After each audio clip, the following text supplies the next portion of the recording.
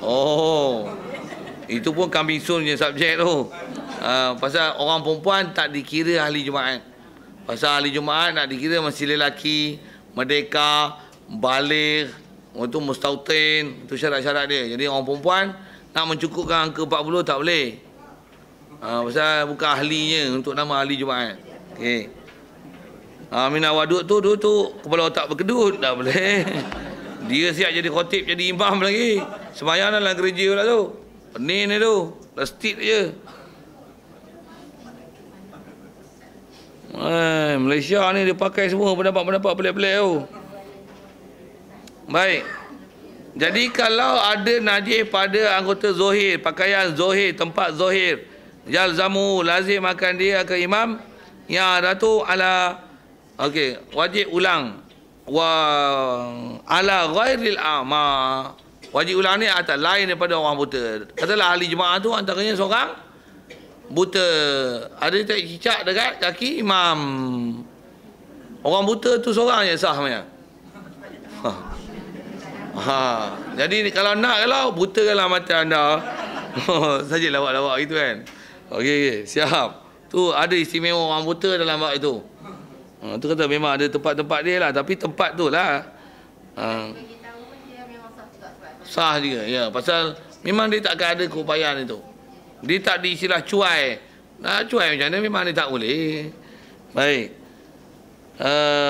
Wa in hala bainal imam wal ma'mum hailun. Baik, jadi batal ni kata dia sekalipun menghalangi di antara imam dan makmum oleh dinding. Contoh ni orang perempuan tadi lah. Katalah orang perempuan tak nampak je lah. Kami duduk paling dinding. Kami duduk tingkat atas, mana nak nampak orang bawah. Dia tercicak, dia tercicak. Bukan masalah tu. Bukan masalah memang real nampak tak nampak. Tapi memang realitinya memang ada najis di tempat yang boleh nampak. Sekalipun masjid punya besar, punya jauh, bertingkat-tingkat 10 tingkat masjid. Macam mana? Kami nak tengok pakai teropong pun belum tentu nampak. Bukan masalah teropong tak teropong. Kalau imam tu batal dengan sebab ada najis pada tempat yang zahir, katalah masjid 10 tingkat, Jumaat pun boleh menampung sampai 3 juta orang. Boleh angka tu kan. Macam mana? Batal habis dengan imam dengan makmum tu.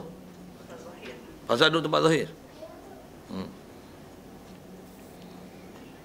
Walau jauh fi dhabtihi, dan kata dia yang aujah paling ada jalan, ada wajah untuk dobekkan najis ni, ayyakuna bihaitsu law ta'amalahu al-ma'mum ra'ahu, dengan bahawa jikalau ta'amalahu, memperhati, menta'ammul, mengamati, hu akan najis itu, al-ma'mum oleh makmum tengok, dengan tengok ra'ahu, dia nampak. Dan masalah ni seingat saya, cuma saya sebut ada kecil-kucing nama tadi ni. Dobek yang disebut adalah besarnya bab masalah mata. Pasal itu adalah alat yang paling mudah untuk mengesan najis. Adapun bau, kalau bau tu memang kuat, memang akan jadi istilah tempat zahir. Tapi kalau najis yang tak ada bau, ataupun rasa, bab rasa dan bau, yang tu bukan pedoman utama. Benda besar adalah warna. Tu darah, nampak apa, warna benda besar lah dalam nak mengenalkan najis ni. Siap. Itu yang digunakan bahasa pun dengan contoh bahasa lihat. Sekiranya kalau makmum perhati, dia boleh nampak. Tu dobit zahir. Dobit zahir. Katalah imam pakai seluar panjang, lepas pakai seluar panjang pakai kain pula. Lepas tu pakai jubah pula. Jadi yang ada najis yang mana? Katalah dekat kain, tapi dah kain dah ada jubah, tak nampaklah kain. Ada najis pun kat mana? Katalah kat bahagian pinggang ataupun bahagian tengah, yang bukan di bawah tu, yang atas, bawah pada jubah atas sikit. Jadi yang zahir tak nampak. Pasal apa? Yang nampak adalah jubah, seluar panjang dia, atau seluar panjang, baju perak dalam dia tu, tu baju kain pelekat yang dia pakai, walaupun ada najis di situ, namanya khafi. Ya, bagus. Kalau dia buka jubah pakai je Melayu, yang mana yang nampak tu adalah zahir. Jadi istilah zahir ni nampak mata kasar. Itu dia bagi catatan tu untuk nampak zahir tak zahir. Kalau kami di pondok, kalau selalu biasalah pondok mendasar apa kadang terbuka tu cicak banyak kan. Selalu jadilah insiden macam ni. Sembahyang-sembahyangnya lepas salam, iaitu ada kat kat kaki Tok Guru. Pegang. Tunjuk kata. Panggil, kami dulu panggil Walid lah Tok Guru kan. Ada yang panggil Walid, ada panggil Pak Teh. Walid, ada apa kat kaki? Dia pun calik. Kita semuanya lain ya, deh. Macam tu. Jadi kita kadang-kadang benda tu tak belajar lagi yang kitab. Tapi fenomena dah mengajar. Selesai. Yang ni yang bila orang tak pernah belajar, dia pening. Batal ke? Bukan ada najis dekat aku. Memang selalu orang ujar macam ni sikit-sikit. Memang nak habis tu. Dia kata bukan ada najis kat aku, najis kat imam. Imam je lah batal. Pasal apa aku nak batal pula? Ada tak orang nak pandai jawab? Gunakan je. Ada tak? Memang sekali tengok macam tu lah. Imam yang batal, aku pula batal. Pasal apa? Najis bukan dekat aku, najis dekat imam. Tak ada ni. Kalau kau tak habis Fatihah, kau kena baca tak? Pandai. Kalau masbuk kau nak bagi imam tanggung kau, bila najis kau tak mau tanggung sama dengan dia. Tampak sekali. Sikitlah jawab menggunakan macam tu lah kaedah pendak kulah dia kan. Jadi pula tu benda tu nampak dengan mata. Jadi sepatutnya dijaga bersama. Apa nak sebut ialah memang dobit atas pekah kita macam ni lah. Jadi selagi najis pada tempat yang zahir yang boleh kalau kita amati kita boleh lihat ada pada imam batal, makmum pun batal. Okay.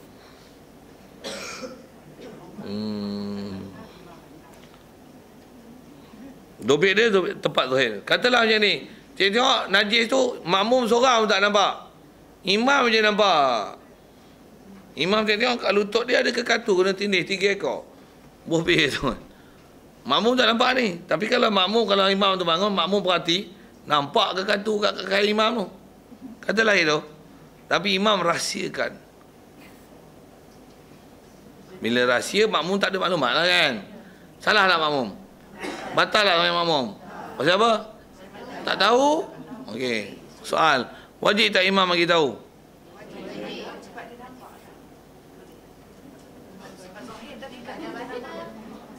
Imam memang kena sembahyang lain. Macam mana pun kalau tak kaedah, dia bila tempat tu zahir, maklum kan? Allah, ada kekatu kat kain. Kita sembahyang lain. Naik imam tu. Tak kena basuh tak? Besok, naik imam. Ya. Lagipun di situ ada ilmu tu. Lain kalau macam ni, memang tertindih kekatu. Kita pun tak perasan jadi imam. Balik-balik rumah, duduk-duduk. Baik. Kekatu. Tindih masa sembahyang ni. Katalah itu. Masa lain bila masa tu lah.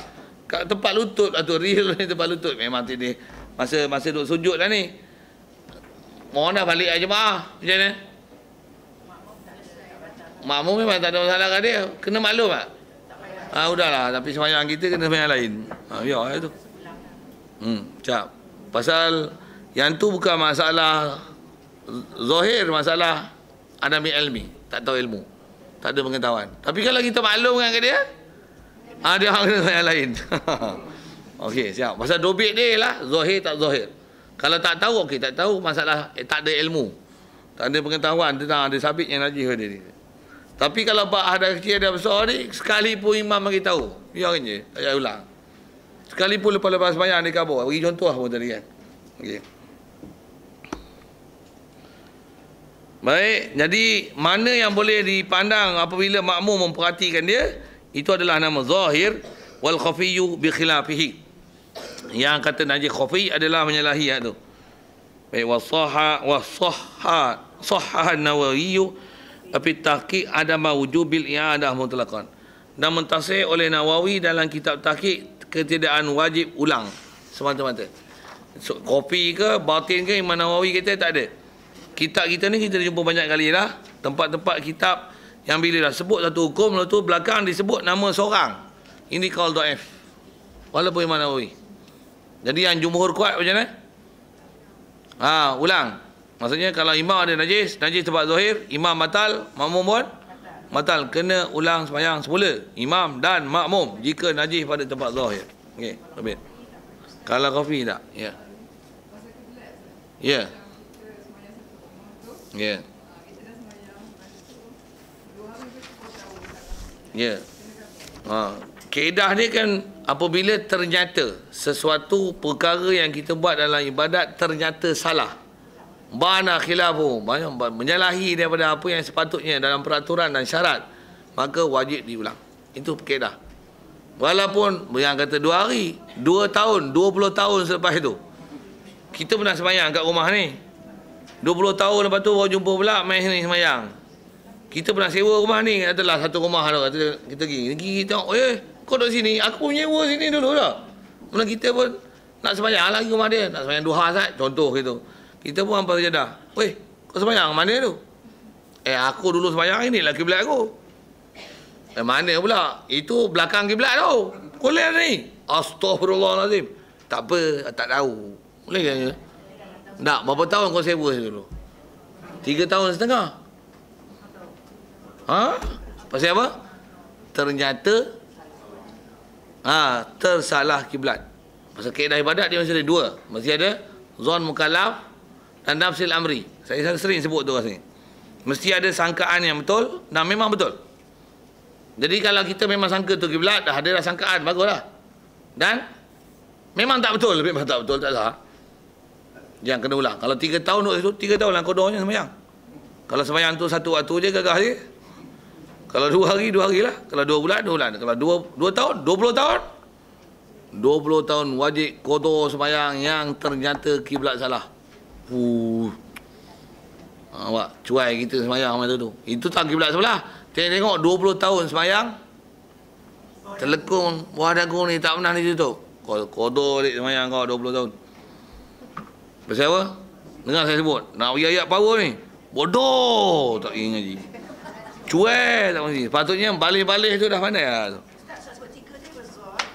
2. Zon mukallaf dan nafsil amri. Kalau bahasa Arabnya lah. Sangkaan bagi mukallaf dan realiti. Kalau nafsil amri diri bekerja. Realitinya. Jadi kalau contoh kiblat, memang kiblat betul dan kita sangka betul. Dan memang sakit betul. Jadi kalau sangka betul memang ada kata inilah kiblat aku. Tengok ternyata tak betul lah. Bila tak cukup 2 batal. Dalam bab ibadat dia mesti ada 2 ni. Satu imam mesti suci dan memang sangkaan suci. Tentu imam kita sangka qari, tengok umi. Tak namanya. Pasal tak ada 2. Dia tak ada 2. Zon mukallaf, nafsil amri. Amri maksudnya urusan. Maksudnya diri pekerjaan, diri urusan. Kalau bahasanya realitinya, waqi', tu bahasa lainnya lah. 2 tu mesti betul. Tengok, saya nak sebut CP. Pasal 2 CP ni besar dalam bab ibadat yang kena faham sangat. Katalah kita nak buka puasa. Buka puasa katalah pukul 7. Kita pun tengok 7.05 minit. Buka puasa. 7.05 minit masuk lah. Tengok jam kita cepat. 10 minit. Sah puasa. Buka awal lah namanya tu. Sah. 7.05 minit. Tadi buka yakin. Buka yakin tapi memang tak masuk. Batal kan? Batal puasa. Puasa tu tak sah. Kalau qada, kena qada lain. Kalau Ramadan, kena qada. Kalau sunat, lebur sunat hari tu. Boleh? Nak bagi contoh hukum tu. Mesti ada 2. Zon mukallaf dan nafsil amri. Jadi zon dah ada lah kan. Ataupun macam ni. Tengok, maghrib pukul 7. Sekarang dah 7.10. Tapi nak cerah lagi. Macam siang ni lagi. Benar ni. Tengok jam memang betul pukul 7.10. Maghrib dah ke? Orang dah makan dah buka puasa ni. Buka je. Cerah lagi. Tak percaya aku. Tak boleh pakai je kau. Tapi tengok orang duk makan dah. Boleh buka. Tak boleh buka. Makan je lah. Dah orang makan. Sah puasa. Dah masuk waktu belum? Dengar saya sebut contoh ni. Contoh dah masuk ke belum? Masuk dah 7.10. Maghrib saya kata pukul 7 kan. Kau tak follow saya punya cerita tu, saya tak tahu lah. Pasal nak balik lah tu. Tengok kemas lah tu. Okey. Jadi dia buka dalam keadaan syak. Buka tak boleh buka. Makan je lah, ada orang makan. Dia syak, orang lain sah. Pasal apa dia tak sah pula? Pasal memang dah masuk waktu. Tapi dia tak ada zon. Kurang-kurang zon. Yakin lagi bagus. Tapi kalau syak boleh buka, tak boleh buka. Makan je lah. Tu buka dalam keadaan syak. Walaupun waktu dah masuk 10 minit. Tapi dia buka syak. Tak boleh. Ataupun dia buka dengan yakin, tengok tu tak masuk lagi. Tengok 6.58. Masuk ke 7. Gelap gila. Isyak dah kalau macam ni. Makan je. Bismillahirrahmanirrahim. Isyak kepala otak. Maghrib lagi lah. Mendung nak gelap hujan. Okey. Sah banyak. Sah tak boleh. Saya pula. Yakin ni. Memang tak masuk lagi. Tu. 2 ke. Itu lah. Jadi kiblat dia tengok tersalah. 20 tahun dah sembahyang. Kodok 20 tahun. Betul. Betul lah. Inilah bala tak tahu ngaji. Ya.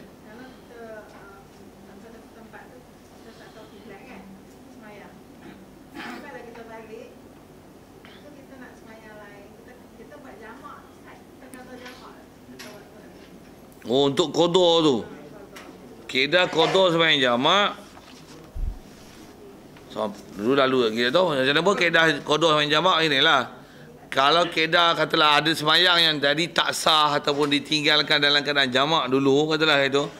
Kalau kita nak qada boleh jamak lah. Maksudnya boleh tak kosor tu lah kan. Jamak memang jamak lah. Qada mesti jamak punya. Boleh tak kosor. Itulah isunya lah. Kedah kosor tak kosor ni, kalau nak diqada dalam keadaan kosor, mesti kita dalam status qada juga. Mesti dalam status musafir juga diqada kan. Baru dapat status kosor. Kalau memang dulu dibuat sembahyang yang tak sah itu dalam keadaan kosor, musafir. Tapi bila kita nak qada, kita tak musafir. Tak boleh buat kosor. Dia kena buat penuh. Kalau nak qada hak tu, kena musafir yang cukup syarat, baru boleh diqada dalam keadaan kosor. Itu syarat. Biasa soalan tu. Ya. Ya. Ya. Ya.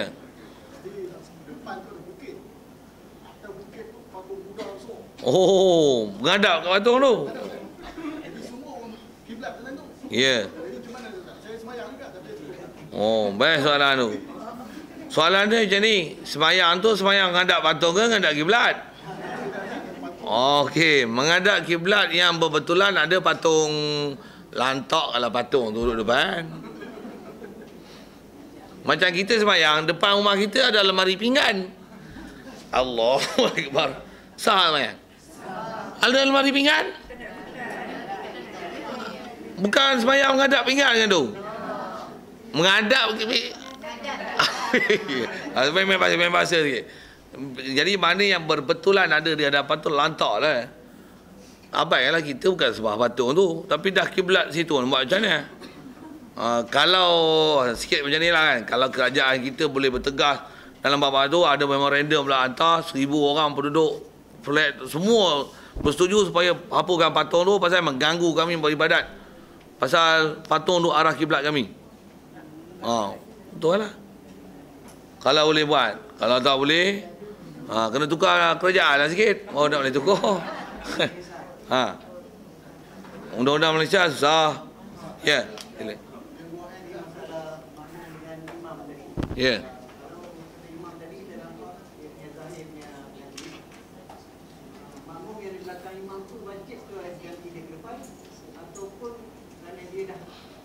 Nampak najis tu? Ya, betul soalan tu. Best tu.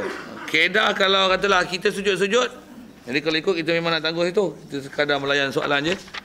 Kita sambung nanti wa yasihu iktida'u salim bisalis. Baik. Jadi kedah kita kalau memang ada najis di kaki imam, dia bukan kedah dia ganti imam. Apa kedah dia? Batal lah.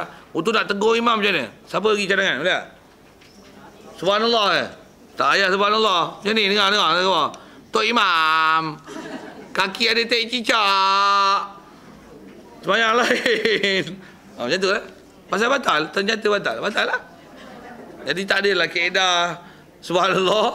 Tu ganti imam tak ada. Pasal apa? Sembahyang batal, dah batal, tegur je. Tok Imam, tek cicak kat kaki. Cuma betul-betul lah tek cicak. Tengok-tengok tak hitam apa benda lah kan. Pastikan tak cicak baru tegur tu. Kalau tak lagi nanya kita pula batal, orang lain tak batal. Yang tu kot, kasih jawab soalan. Yes, ya. Yeah.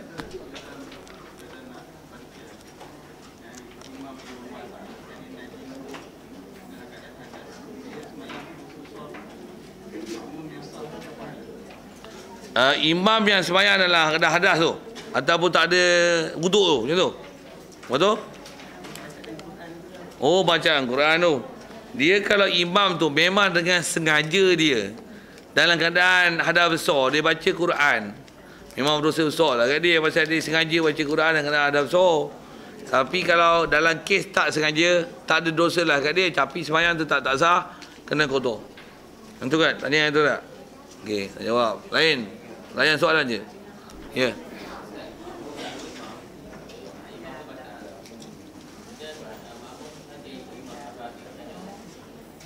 Makmum ikut imam, itu imam batal. Batal apa tu? Makmum masih ikut lagi imam. Batal tu pasal apa? Najis. Kalau batal najis, tu makmum bodoh. Nanti memang pengetahuan tu kena kita tahu. Memang banyak orang tak belajar apa tu. Bab najis ni. Kalau batal tu, batal terkoyak kain, batal imam terkentut tu kan. Batal tu imam belah je lah.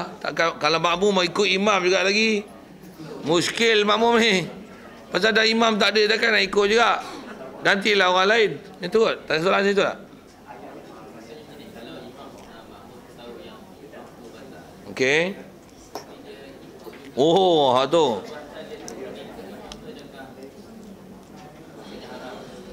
Dari segi hukum haram dan batal, boleh jadi batal sembahyang. Pasal tak sah makmum ikut imam yang makmum mengiktikadkan imam batal. Ada sifir macam tu kita dah jumpa. Dan imam ni bukan pada iktikad makmum je batal, memang batal rupanya. Dari segi hukum tak sah ikut. Dan dia kalau dia ikut je, apatah lagi sampai tahapnya dia ada menunggu imam. Sedangkan memang dia tahu yang ni tak sah status imam. Pasal imam dah batal. Tapi dia masih berimamkan imam ini. Sedangkan memang dia tahu imam ni batal. Batal sembahyang dia. Dia tunggu tu batal. Saya jawab soalan tu. Ya. Ya.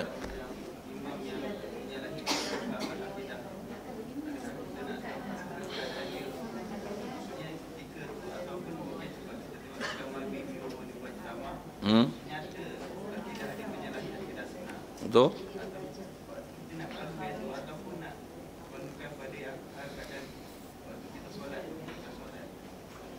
Oh, kaedah kita kalau imam ni memang katalah kita lah kenal yang kita tak pernah jumpa dia. Tapi kita pernah dengar maklumat dia. Katalah dapat khabar yang ni memang imam ni Wahabi. Katalah itu kan. Tapi kita pun tak biasa berjumpa dengan dia, tak mendengar kuliah dia. Tapi orang memang boleh label dah. Dan maklumat kita dengar pun kita sendiri pernah dengar dengan video dia, dengan percakapan dia tentang pahaman itu. Jadi cocok dia main masjid kita nak ceramah. Dia tengok, kawan ni kalau ikut dari sisi hukum, kita dengan orang tu, dengan apa yang dah masyhur, pakai istilah masyhur tu lah. Apa yang dah masyhur, bahkan memang mutawatir, bahkan memang dia bercakap macam tu, memang akidah yang tak sah, memang tak boleh ikut lah imam tu. Bahkan kalau ikut, kenapa panggil dia ngajar dan ceramah situ? Patutnya lastik je. Lastik lagi. Itu kot. Ya. Apa macam mana? Berlakon. Ya. Dari si kaedah sembahyang ni, apa-apa perbuatan sembahyang yang kita buat atau kosot membuat perbuatan sembahyang, dia adalah haram. Sekalipun hanya bagi salam. Saja-saja bagi. Antara selalu contoh dalam kitab macam ni lah. Kita bagi salam nah pertama, Assalamualaikum warahmatullahi. Betul kentut. Sah kan? Sah. Betul saja bagi salam kali kedua pula. Lepas kentut. Assalamualaikum warahmatullahi. Apa hukum salam? Kenapa kalau haram lah bagi salam je pun? Kerana membuat perbuatan lafaz beri salam dengan kosot, membuat perbuatan sembahyang, bacaan sembahyang, walaupun bagi salam ada di luar sembahyang, tapi dengan kosot menghadap ke kirinya, mensengajakan buat lafaz sembahyang, perbuatan memaling ke kiri, sedangkan dia dah tak ada wuduk, haram. tu istilah macam tu haram, berlakon dengan kosot membuat perbuatan sembahyang yang bukan atas maksud mengajar. Kalau saya katalah nak ajar sujud, macam ni sujud, bahasanya berlakon je. Berlakon untuk mengajar. Jadi maksudnya melakonkan diri untuk mengajar. Pasal antara kaedah mengajar tu melakonkan diri, kan tu kan. Takbir, rokok, dia rokok macam ni, sujud macam ni, untuk melakonkan, untuk mengajar. Yang tu harus. Tapi kalau action itu berlakon untuk rakaman berlakon, tu bukan untuk mengajar. Haram buat kalau atas maksud tujuan, bukan atas maksud buat perbuatan solat.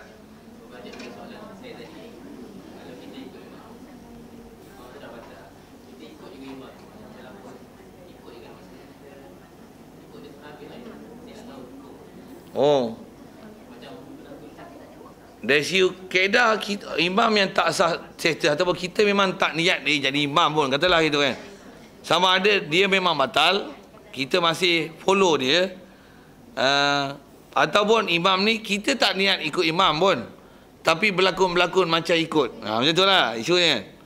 Jadi dia akan batal apabila kita menunggu dia. Pasal kalau ikut, bila kita tak ikut dia, kita tak payah tunggulah perbuatan kita. Tapi bila kita menunggu dia, maksudnya kita ikut dia. Jadi kita tak ikut dia pasal kita tak setuju dengan dia, tapi kita tunggu dia, batal. Jadi kita dah habis bacaan, tapi dia tak habis lagi. Kita tak maulah rokok lagi, pasal nanti orang kata apa pula. Orang tahulah pecah temalang, tak ikut dia, batal sembahyang. Pasal apa? Pasal tunggu. Walaupun kita baca zikir-zikir. Itu ya, kalau ada istilah tunggu tu batal. Jadi baca zikir tu tunggu lah. Kalau nak bagi hilang nama tunggu tu, jangan baca zikir. Baca apa? Baca surah lain. Dah habis baca surah lagi. Itu teknikal lah. Jadi kalau kaedah ada situ lah. Kalau kata apa hukum ikut, dia asal hukum ikut tak sah pasal tak niat di imam. Cuma bila akan batal, dia masa tu tak batal lagi. Dia akan batal ketika ataupun dalam situasi yang ada jadi kes kita menunggu dia dalam keadaan dia bukan imam, ataupun dia tak sah untuk jadi imam, tapi kita menunggu. Masa menunggu tu batal. Dobek dia masa menunggu. Okey. Jadi maksudnya kalau tak ada proses nunggu, walaupun kita dah tak ikut dia dah, tapi saja berlakon ikut belakang dia. Kita pun pandai, dah surah habis, kita panjang satu surah lagi. Supaya tak nama nanti kita mendahului dia. Orang pun tak perasan, tapi nampak aja ikut dia. Tu tak ada, yang dari segi hukum batal, tak batal lah.